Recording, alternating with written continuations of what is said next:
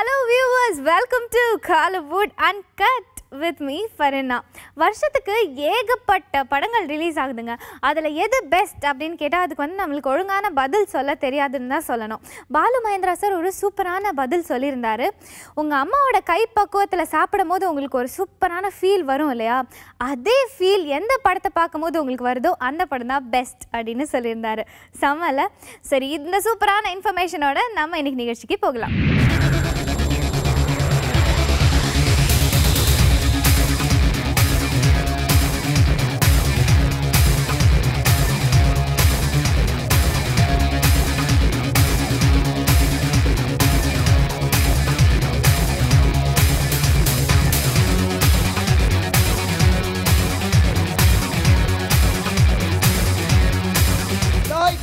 Camera, rolling, music. 1, 2.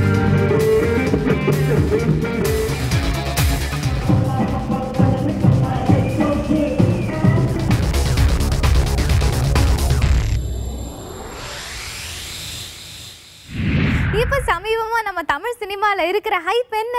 Anjaan திரைப்படம், சூர்யாவோட getup, Surya Samantha ஜோடி, இதெல்லாமே ரொம்ப பெருசாக பேசப்பட்டுக்கிட்டு இருக்கு. லிங்குசாமி சார் இந்த படத்தில் என்ன டிஃப்ரெண்ட்டாக காமிச்சிருப்பாரு அப்படின்றதெல்லாம் தாண்டி இப்போ சமீபமாக இந்த படத்தோட டீமே ப்ரெஸ்ஸை சந்திச்சாங்க. அவங்க எதுக்காக சந்திச்சிருப்பாங்க அப்படின்னு யோசிக்கிறீங்களா? அதை தான் இப்போ நம்ம பார்க்க போகிறோம், பாருங்கள்.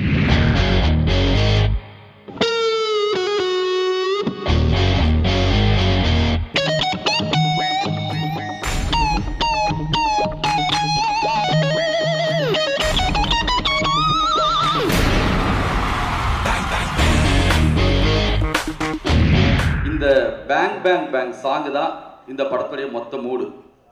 இந்த சாங் கரெக்டாக அமைஞ்சிச்சுன்னா இந்த படம் வந்து சரியாக இருக்கும். அதுக்காக தான் இந்த சாங் வந்து ரொம்ப மெனக்கட்டும். மதன் கார்கி தான் ஸ்பாட்லேயே உட்காந்து அந்த லிரிக்ஸ் எழுதினார். எந்த படத்துலையும் இல்லாத அளவுக்கு சூர்யா சாருடைய லுக்கு அந்த சாங்கில் அமைஞ்சது பெரிய ப்ளஸ்ஸு. அவங்கள பார்க்கும்போது எனக்கு வந்து என்னென்னா, நானே ஒரு ரசிகன் தான் அவங்களுக்கு. அவங்கள ரொம்ப பிடிக்கும். இந்த சாங் பேங் பேங் பேங் எனக்கு வந்து சந்தோஷ் சாருடைய அந்த ஒர்க்கு வந்து எனக்கு அவ்வளோ பிடிக்கும். அந்த சாங்கில் ராஜு மாஸ்டருக்கு நான் தேங்க்ஸ் சொல்லணும். ராஜீவன் சார் அந்த செட்டு, சூர்யா சார் வந்து இந்த சாங்கில் எனக்கு தெரிஞ்சு, நான் பெரிய வார்த்தையெல்லாம் பயன்படுத்தக்கூடாது, ஒரு ஹீரோ அப்படின்னு சொன்னால் அது 100% அது வந்து அதுக்கு மேலே கூட நான் சொல்லலாம். அந்த லுக்கை, அந்த நடந்து வர ஸ்டைலு, அந்த லுக்கு, அந்த மூடு எல்லாமே அவ்வளோ தூரம் கொடுத்துட்டாங்க. எனக்கு ரொம்ப பிடிச்சது. கம்போசிங் எப்போவுமே நாங்கள் கேஷுவலாக தான் பண்ணுவோம். பட் என்ன சொல்கிறது, அந்த ஒரு இந்த வாட்டி வந்து சூர்யா சாரோட நான் வந்து ரொம்ப நாள் கழிச்சு ஜாயின் பண்ணுற ஒரு ஃபில்ம். ஸோ அது மைண்டில் இருந்தது. And Santosh Sivan sir, obviously I'm is great fan. So அப்படி வந்தது. அண்ட் ஸ்பாட்டில் we got the word, the coin word ஒரு மதன் கொடுத்ததுனால it was easy for me to play around with. Okay. So அதில் எனக்கு ஃபேவரட் லைன் வந்து அந்தேரி புலி பேரை சொன்னா அடி நெஞ்சில் பேங் பேங் பேங். ஸோ அது வந்து that one line will define the character. Actually அவ்வளோ அற்புதமாக கொடுத்துருக்காரு. Thank you. And I'm very happy after Paiyaa Vettai lot இட்ஸ்க்கு அப்புறம் இது வருது. கண்டிப்பாக இந்த சாங்ஸ் வந்து அவங்க எல்லாருக்கும் பிடிக்கும்னு நம்புகிறேன். பேங் பேங் பேங் நான் எழுதுகிற முதல் mass hero intro opening song. So அதுக்காகவே முதல்ல வந்து நான் யுவனுக்கும் லிங்குசாமி அவர்களுக்கும் நன்றி சொல்கிறேன். அவங்களோட பையா படத்தோட ஆல்பத்தோட பெரிய ஃபேன் தான். ஒவ்வொரு பாடலும் வந்து ரொம்ப பிடிக்கும். அவங்களோட டீம் கூட சேர்ந்து வேலை பார்க்குறேன்னு போது ரொம்ப சந்தோஷமாக இருந்துச்சு. நான் அந்த கம்போசிங் பண்ண டைம் வந்து ரொம்ப கேஷுவலாக வந்து ஒரு ஃப்ரெண்ட்ஸ் எல்லாம் உட்காந்துக்கிட்டு எப்படி பேசிகிட்டு இருப்போம் அது மாதிரி பேசிக்கிட்டு நாங்கள் உட்காந்து பண்ணிகிட்டு இருந்தோம். ஒவ்வொரு லைனும் இது நல்லா இருக்குது, இது எப்படி இருக்குன்னு சொல்லிட்டு. ஸோ அதில் எந்த தோட்டாவை எடுத்தாலும் ஒரு பேர் தான், மும்பை கேட்டுக்கும் ரோட்டுக்கும் ஒரு பேர் தான், இங்கே அப்பப்போ அங்கங்கே தீப்பத்துமே ஒரு ஆபத்தில் அவன் பேர் காப்பாத்துமே, அந்தேரி புலி பேரை சொன்னா அடி நெஞ்சிலே பேங் பேங் பேங் அப்படின்ற அந்த வரிகள்லாம் எழுதின உடனே யுவனோட டியூன் ரொம்ப ஒரு ஹாஃப் அன் ஹவரில் வந்து ஒரு 5-6 டிஃப்ரெண்ட் டியூன் வெரைட்டிஸ் காட்டினார். இந்த ஒரு லிரிக் வச்சுக்கிட்டு இந்த டியூன் எங்கள் எல்லாருக்குமே ரொம்ப பிடிச்சது. ஸோ ரொம்ப பியூட்டிஃபுல்லாக இருந்துச்சு எக்ஸ்பீரியன்ஸ் ஒர்க் பண்ணது. படத்துடைய 3வது பாடல். ஆனால் 3 பாட்டு ஆல்ரெடி பண்ணி தூக்கி போட்டு 4வது பாட்டாக தான் வந்துச்சு.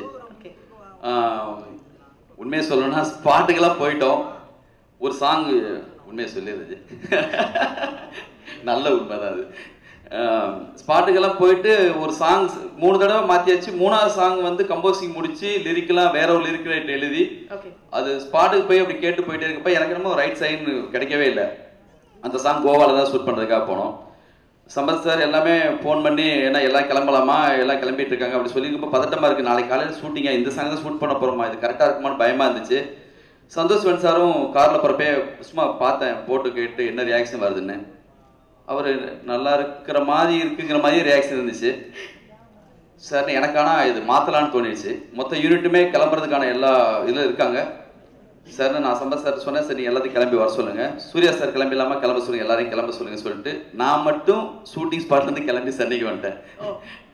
யுவன்ஜிக்கு ஃபோன் பண்ணி நான் மறுபடியும் அந்த சாங் மாற்றணும், அது வந்து என்னச்சு 3 பண்ணிட்டோமே இன்னும் திருப்தி இல்லை, அது கரெக்டாக இல்லையான்னு சொல்லி கேட்டார். இல்லைஜி அந்த சாங் வந்து அந்த இடத்துல 3வது சாங்காக வருது, எனக்கு என்னமோ அந்த இடத்துக்கு அது கரெக்டாக படுற மாதிரி தெரில சொல்லிட்டு இம்மிடியேட்டாக விவேகாவுக்கு ஃபோன் பண்ணி இங்கே பிருந்தா சார் இப்போ கிளம்பாமல் இருந்தார், அவரையும் ஒரு டைலாக் ரைட்டர் அவரை வந்து வர வச்சு ஒரு 3 மணிக்கு வந்து உட்காந்தோம். சூர்யா சார் கேட்டார், இவ்வளோ நம்பிக்கையாக எல்லாரையும் மொத்தமாக அங்கே உட்கார வச்சுட்டு போகிறீங்களே, வந்துருந்து எந்த நம்பிக்கையாக போகிறீங்கன்னு சொல்லி கேட்டாங்க. இல்லை சார் இப்படி தான் பல மேஜிக் நடந்திருக்கு, கண்டிப்பாக வாங்கிடலாம் நம்பிக்கை இருக்குன்னு சொல்லி விவேகா வந்தார். உட்காந்த ஒரு 15-20 நிமிஷம் ஒரு பாட்டு வந்துச்சு, அதுக்கப்புறம் ஒரு பாட்டு வந்துச்சு. பிக்ஸ் ஆகிற டயத்தில் மறுபடியும் எனக்கு பயம் வந்துச்சு, 4வது தடவை பண்ணுறோம், இது கரெக்டாக வரணுமேன்னு. ஒரு 7 மணிக்கு வாக்கில் மறுபடியும் இது வேணாம் இன்னொன்று பண்ணலாமா. என்ன குழப்பம்னா ஒரு ஹீரோ வச்சு படம் பண்ணும்போது ஒரு மாசான படத்தை ஆடியன்ஸ் எதிர்பார்த்து வரும்போது அந்த இடத்துல என்ன ஸ்டைல் ஆஃப் சாங் பண்ணுறது. ஏன்னா ஒரு கமர்ஷியல் படத்துக்கு ஒரு சாங் ரொம்ப முக்கியம். அது சங்கர் சார் வந்து ரொம்ப அழகாக வந்து எப்பயுமே கரெக்டாக வைப்பாங்க. ஏன்னா ஒரு சாங் தப்பாக இருந்துச்சுன்னா அந்த படம் பின்னோக்கி அப்படி போயிடும், மறுபடியும் தூக்கி நிறுத்துறது கஷ்டம். அந்த டெம்போவோட இன்னொன்று சொல்லணும்னா ஒரு சாங்கிறது ஒரு படத்துடைய இன்னொரு ரீ ரெக்கார்டிங் மாதிரி தான். அந்த இடத்துக்கு என்ன ரீ ரெக்கார்டிங் வரப்போகுது, அது பதிலாக ஆல்டர்னேட்டிவாக லிரிக்ஸ் போடுறோம், அவ்வளோதான் சார்னு அந்த நிமிஷம் உட்காந்து பண்ணுது. இந்த சாங் வந்தோடனே பயங்கர ஹாப்பி ஆயிடுச்சு, சரி இதுதான் கரெக்டான சாங் சொல்லிட்டு இம்மிடியேட்டாக எழுதி கொடுத்தாரு விவேகா. உடனே அப்படிதான் அந்த மேஜிக் நடந்துச்சு. இதுக்கு பின்னாடி அவ்வளோ பெரிய கதை. ப்ரெஷர் என்னன்னா நம்ம பெஸ்ட்டை டெலிவர் பண்ணோம், அது ஒன்று தான். அதுவும் அந்த குறுகிய டைமில் லைக் ஷார்ட் டைமில் பண்ணணும். But I think God bless மீன் தான் சொல்லுவேன். பட் அந்த சாங் வந்து என்னை பொறுத்த வரைக்கும் ஒரு ஜான்ரா இருக்கும் ஒரு சாங்லேயும். ஸோ அது ஃபர்ஸ்ட் டைம் நான் வந்து ராக் மெட்டல் மாதிரி இது ட்ரை பண்ணது. I think it work out really. சிங்கம் 1 சிங்கம் 2க்கு பிறகு சூர்யா சாருக்கு நான் எழுதுகிற படம் இது. இது என்னன்னா யுவன் சார் கேட்டார், எப்போ உங்களுக்கு டியூன் வந்து சாங் கொடுத்தா பரவாயில்லண்ணே, நேற்று அப்படின்னாரு. அந்த அளவுக்கு ரொம்ப அவசரமாக அந்த பாடல் முடிக்க வேண்டியதாக இருந்தது. இரவு ஒரு 12 மணிக்கு பிறகு உட்காந்து அந்த பாடலை எழுதி கொண்டு வந்து கொடுத்தா ரொம்ப பிரமாதமாக வந்தது. அதாவது யுவன் அவர்களுடைய இசையில் பார்த்தீங்கன்னா ஒரு ஒரு சாதாரண வார்த்தை கூட மிக வசீகரம் பெற்றதாக வருவதை நான் உணர்ந்திருக்கிறேன் இந்த பாடல் மூலமாக. ரொம்ப மகிழ்ச்சியாக இருக்குது. அதே போல் லிங்குசாமி சார் கூட ஒர்க் பண்ணுறதுனா ரொம்ப அற்புதமான விஷயம் ஒரு கவிஞனுக்கு. ஏன்னா அவரை உதவி இயக்குனராக இருந்த வரையிலிருந்து இன்றைக்கு பல பேருக்கு உதவி கொண்டிருக்கிற இயக்குனராக வரைக்கும் நான் பார்த்து கொண்டிருக்கிறேன். ரொம்ப நேர்த்தியான ஒரு அற்புதமான கலைஞன். அவரோடு பணியாற்றியது ரொம்ப ஒரு மகிழ்ச்சியான அனுபவமா இருந்தது. இந்த கஞ்சாடை செய்தாலே பாடல் வந்து நிச்சயமா எனக்கு ஒரு மிகப்பெரிய பெயரை பெற்று தருகிற ஒரு பாடலாக இருக்கும். ரொம்ப நன்றி. அஞ்சான் திரைப்படத்தை பற்றி தான் பேசிகிட்டு இருந்தோம். இப்போ பார்த்தீங்கன்னா சமீபத்தில் அஞ்சான் கெட்டப் வந்து பயங்கர ஃபேமஸ் ஆகிடுச்சுங்க. ஃபேமஸ் ஆனதுக்கான பின்னணி என்னன்னு யாருக்காவது தெரியுமா? கிட்டத்தட்ட இந்த அஞ்சான் படத்துக்காக சூர்யாவுக்கு 300 கெட்டப்ஸை ட்ரை பண்ணி பார்த்துருக்காங்க. அதில் பெஸ்ட்டான 2 சூஸ் பண்ணி இந்த படத்துக்கு யூஸ் பண்ணியிருக்காங்க. அண்ட் இந்த படத்தோட ஷூட்டிங்காக மும்பை, சென்னை, சுவிட்சர்லாந்து, நியூசிலாந்து இப்படி நிறைய இடங்களுக்கு போய் ஷூட் பண்ணியிருக்காங்க. ஸோ இப்போ நீங்கள் பார்த்துட்டு இருந்த ஃபங்க்ஷனில் யார் யாரெல்லாம் என்னென்ன பேசினாங்க அப்படின்றத பாருங்கள்.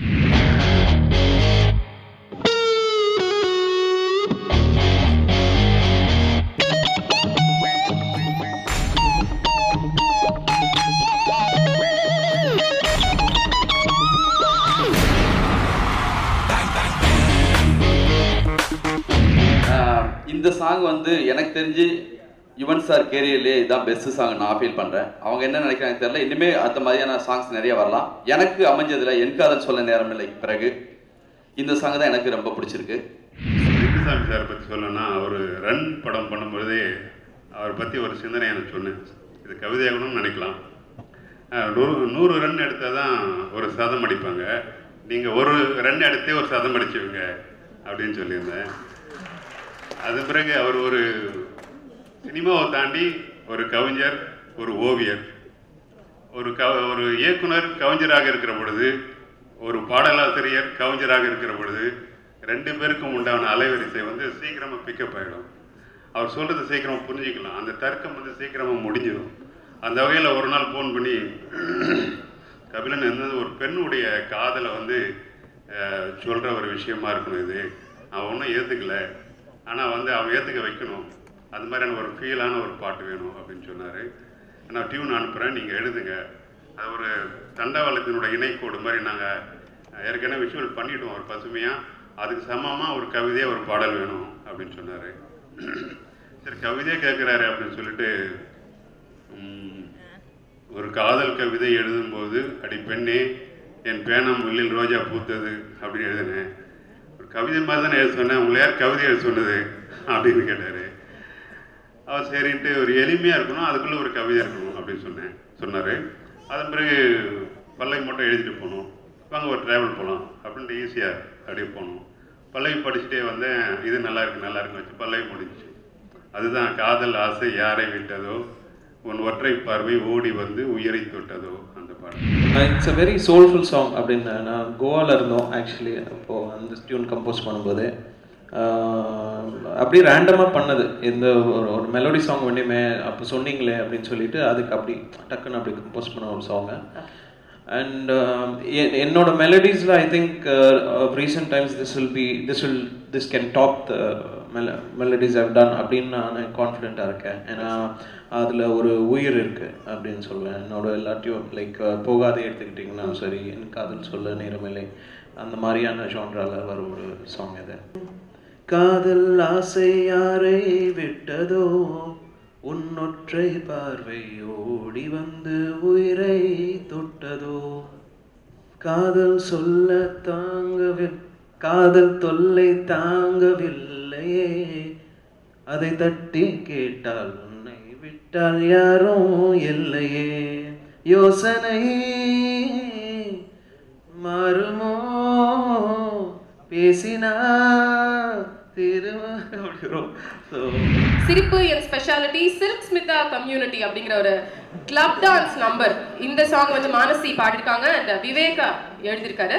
இது வந்து ஒரு பெரிய செட்ல கிட்டத்தட்ட வந்து 1 கோடி செலவழிச்சு ஒரு மிகப்பெரிய மாபெரும் செட்ல வந்து இந்த பாடலை வந்து நீங்க ஷூட் பண்ணிருக்கீங்க. அண்ட் சித்ரங்கதா சிங் பாலிவுட்ல பெரிய ஹீரோயின், அவங்கள வரவழைச்சிருக்கீங்க. எப்படி சார் இது சாத்தியமாச்சு? ஆக்சுவலி பேங் பேங் சாங்க்கு தான் அவ்வளோ பெரிய செட்டு. இது வந்து செட்டு வந்து ஆல்ரெடி இருந்த இடத்துல நாங்கள் சின்னதாக பெருசாக ராஜமன் சார் ஒன்று கிரியேட் பண்ணி கொடுத்தாரு. அந்த சித்ரா யார் அதில் வந்து நடிக்கணுங்கிறதுல, யார் அந்த சாங் பண்ணணுங்கிறதுல நிறைய பெரிய டிஸ்கஷன் போச்சு. ஒரு 15-20 பேர் செலக்ட் பண்ணிட்டே இருந்தோம். லாஸ்ட் மினிட்ல அவங்க அமைஞ்சாங்க. அவங்க மட்டும்தான் கரெக்டாக இருக்காங்க, பிச்சுட்டாங்க. அவங்க வந்து பிருந்தா மாஸ்டர் தான் அதை வந்து ஷூட் பண்ணாங்க. எனக்கு இந்த படத்தில் பிடிச்ச மிக முக்கியமான பாட்டு, லிரிக்ஸ் வந்து எனக்கு அவ்வளோ பிடிக்கும். அதை பற்றி விவேகா சொல்லுவார். ஒரு சென்டர் ஃபிகர் சாங் அப்படின்ன உடனே நமக்கு வந்து ஆதி காலத்திலேருந்து நமக்கு தொடர்புடைய ஒரு சென்டர் ஃபிகர்னா சில்க் ஸ்மிதா தான் ஞாபகம் வருவாங்க. அதை வச்சு இந்த பாடல் எழுதுனது. பொதுவாக லிங்குசாமி சாருக்கு நான் இதுக்கு முன்னாடி ஆனந்தம் படத்தில் என்ன இதுவோ, ரன்னில் மின்சாரம் என் மீது பாய்கிறது, இப்படி மெல்லிசை பாடல்கள்லாம் எழுதுனேன். திடீர்னு குத்து பாடல் கூப்பிட்டுருக்காரு அப்படின்னு சொல்லிட்டு எழுதினேன். சிரிப்பு என் speciality Silk Smitha community, day by day majority, take it easy mentality, பாப்பா போல மெச்சூரிட்டி, பசங்க கூட்டம் செக்யூரிட்டி, அழகுக்கேன அத்தாரிட்டி, அடிமை இந்த மும்பை சிட்டி. சரணத்துல பாத்தீங்கன்னா படுத்து தூங்கிட 5 ஸ்டாரு, பருகும் பானும் 10 பேரு, பிடிச்ச ஆளுடன் லாங் டூரு, 50 கிஸ் தான் ஏன் ஷேரு அப்படின்னு வரும். We have covered all the genres. like ஒரு இன்ட்ரோடக்ஷன் சாங் எடுத்திங்கன்னா பேங் பேங் பேங், அப்புறம் ஒரு சோல்ஃபுல்லான மெலோடி, ஒன் ராக், அண்ட் அந்த ஜான்ரால இதுவும் one of the areas cover பண்ணல. ஸோ த ஹோல் ஆடியோ பார்த்தீங்கன்னா இட் வில் பி கம்ப்ளீட்டாக இருக்கும். அவங்க வந்து ஒரு ஆடில் ஒரு 4 வரி பாடியிருந்தாங்க. அது கேட்கறதுக்கு நல்லா, ரொம்ப அவங்க பேசினாலே ஸ்வீட்டாக இருக்கும். அவங்களோட டயலாக் மாடுலேஷன் எனக்கு ரொம்ப பிடிக்கும். மாயா, என்னோட மாயா, அந்த கௌதம் மேனன் படத்துலலாம் அவர் வந்து பேசுகிற அந்த ஸ்டைலு எல்லாமே வந்து என்னென்னா அவ்வளோ லவபுளாக இருக்கும். நான் வந்து பர்டிகுலராக நம்ம வாரணமாயிரம் அந்த ட்ரெயின் சீன்லாம் அவங்க வந்து பேசுகிற அந்த டைலாக்ஸ் மாடுலேஷன் எல்லாமே ரொம்ப என்ஜாய் பண்ணுவேன். அவங்க வாய்ஸுக்கு அவ்வளவு பெரிய அப்படி இருக்கும். சரி பாடினா நல்லா இருக்குமேன்னு நினச்சோம். நான் சும்மா சொன்னேன், சார் வாய்ஸ் மாற்றன்னு சொன்னீங்களே, நீங்களே பாடிடுங்களேன் அப்படின்னு. சரி என்ன சார் வம்பளை மாட்டிக்கிறீங்க அப்படின்னாங்க. அப்படிதான் நடந்துச்சு. ஆக்சுவலி அந்த யூடியூப்ல ஒரு பாடி அந்த ஒரு ஆட் நெஸ்கேஃபிக்கு பாடி இருந்தாரு. ஸோ அது நான் பார்த்தேன், கார்த்திக் பாடி வச்சுருந்தேன். ஸோ அது மைண்டில் ஆல்ரெடி போயிடுச்சு. அப்புறம் லிங்கு சார் கேட்கும்போது பண்ணலாமே, it will be nice, let's try பண்ணலாம்னு சொல்லிட்டு பண்ணோம். And it was fun actually அவர் வந்து பாடும்போது. அண்ட் ஐ திங்க் அன்னைக்கு அவர் கோல்டு இருந்ததுன்னு நான் நினைக்கிறேன். ஸோ அப்படியே வச்சுட்டே பாடிட்டாரு. But most of the singers எப்படின்னா அவங்களுக்கு இப்போ இந்த கோல்டு இருக்கும்போது வேற ஒரு டோன் ஒன்று லேயர் ஒன்று வரும் வாய்ஸில். அது சம்டைம்ஸ் சில சாங்ல இட் வில் ஒர்க். ஸோ இதில் ஒர்க் அவுட் ஆயிருக்கு. அஞ்சான் முதல்ல இருந்து இந்த குழந்தை பிறக்க போகுது, பிறந்துருச்சு, பேர் வைக்கிறது அப்படிங்கிற ஸ்டேஜ்லேருந்து அவ்வளோ சந்தோஷம் சுற்றி இண்டஸ்ட்ரி இருக்கிற எல்லாருக்கிட்டையும் பார்க்க முடிஞ்சது.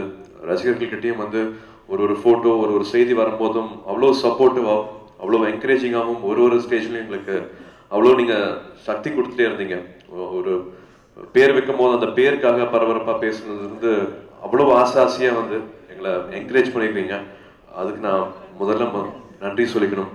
நான் கம்ப்ளீட்டாக ஒரு நான் சிங்கர்.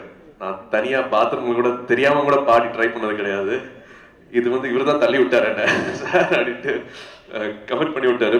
சார் ட்ரை பண்ணி பார்க்கலாம் சார், சரியா இருந்ததுன்னா பண்ணுவோம், வெளியில எல்லாம் சொல்லிடாதீங்கன்னு சொல்லி முடிக்கிறதுக்குள்ள பார்த்தா எல்லா ட்விட்டர்ல ஃபேஸ்புக்ல எல்லாமே வந்துருக்கு, பேப்பர்ல எல்லாம் அதுக்குள்ள வந்துருச்சு சார் அப்படின்னு சொல்லிட்டு இருந்தேன். எந்த சாங்ல வந்து சார் இன்னும் கொஞ்சம் ஆட்டம் போடணும் சார், இன்னும் கொஞ்சம் மஜாவா பண்ணலாமா சார் சாங் சொல்லிட்டு இருக்கும்போது அந்த சாங்கே சிக்க வச்சாரு. இது வந்து ஒரு டிஸ்கவரி மாதிரி தான். நான் என்னால் அது பண்ண முடியும் அப்படின்னு நான் நினைச்சு பார்த்ததே இல்லை. பட் இந்த படத்துல பண்ணலாம் அப்படிங்கிற இந்த டீம் தான் காரணம். ஸோ அவங்க கொடுத்த ஒரு encouragement. I hope you like the song. அடியே 1 2 3 4 ஒத்துக்கடி, நான் ஒன்னொன்னா சொல்லித்தரேன் கத்துக்கடி. இப்போ ரீசெண்டாக ஒரு ஃபேமஸான ப்ரைவேட் சலூனோட ஓப்பனிங் 3 வேறு இடத்துல நடந்தது. அந்த 3 இடத்துக்கும் 3 டிஃப்ரெண்ட் செலிப்ரிட்டிஸ் வந்து அதை ஓப்பன் பண்ணி வச்சுருந்தாங்க. அங்கே குட்டி குட்டி ஃபேஷன் ஷோஸ் நடந்தது, நிறைய விஷயங்கள் நடந்தது. ஸோ அந்த செலிப்ரிட்டிஸ்லாம் யார், அங்கே என்னென்ன நடந்தது அப்படின்றத இப்போ பாருங்கள்.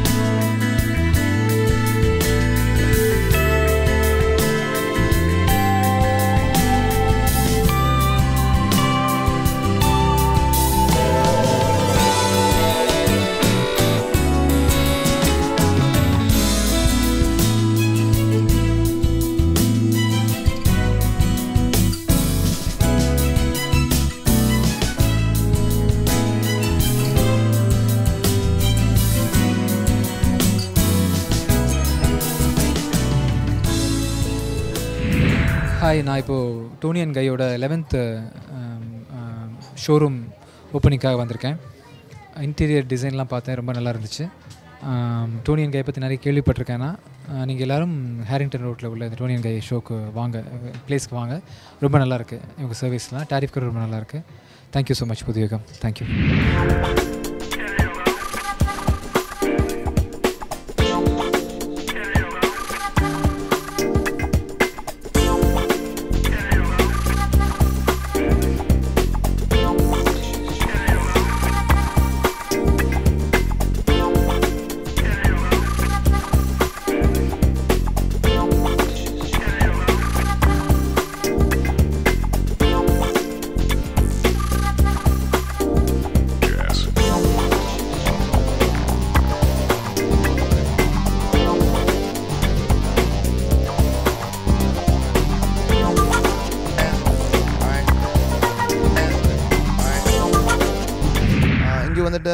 ரொம்ப நல்ல I feel really good. Karthik ரொம்ப நல்ல friend, Sarvesh, so I wish Karthik and family all the very best for this new venture, Tony and Guy. எல்லா இடத்தும் இருக்குது. ஆனால் இந்த பிரான்ச் கொஞ்சம் ஸ்பெஷலாக இருக்கு. I wish him all the very best. Thank you. Puthuyugam viewers வணக்கம். டுடே நந்திதா எந்த படத்தை பற்றியும் பேச வரல. பிகாஸ் டோனி அண்ட் கை இனாக்ரேஷனில் இருக்கும். They've started 11th actually salon. And Toni and Guy எனக்கு ரொம்ப பிடிக்கும். ஏன்னா அந்த ambience, hospitality and treatment whatever the gave ரொம்ப நல்லா இருக்கும். அண்ட் கிளாஸி அப்படி சொல்லலாம். So I want to wish Sam because சென்னையில் 11th சலூன் இது. So entire team all the best and congratulations.